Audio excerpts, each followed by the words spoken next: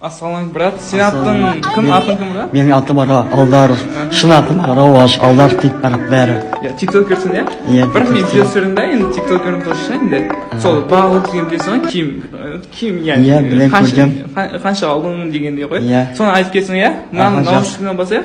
Мынау Ол наушник менікі емес, мен туған әкемдікі. Ол маған бере салды сыйлыққа. Мынау ол рубашка. Ол маған өзім сатып алмадым. Мен көршім бар болған, қазір басқаға көшіп кетті. Көршім маған сыйлыққа берді. Астындағы ол джинсы қарапайым базардан, алтын базардан жұмыстан, өзім жұмыс істеп 7000 теңге сатып алдым. Астындағы ол туфли, өзі ол киімдері алып ұнатпаймын. Маған әкем бере салып өзінің туфлиін.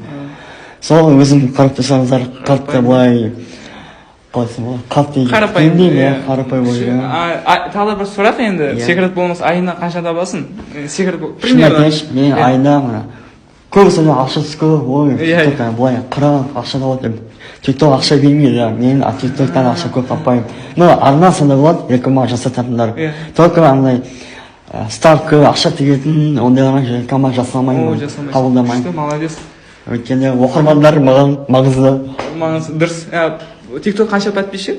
1.200.000, шүкір. Шүкір, молодец. Удачи саған, брат. Рахмет.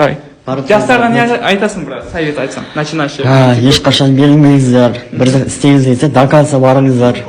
Ешқашан берілмеңіздер. Егер сіздердің армандарыңыз жоқ болса, онда өмір сүрудің мағынасы жоқ. Мақсатыңыз, арманыңыз болса, онда өмір сүрудің мағынасы бар. Есть смысл жить. Все, молодец. Все, от души, брат, давай. Ага, от души.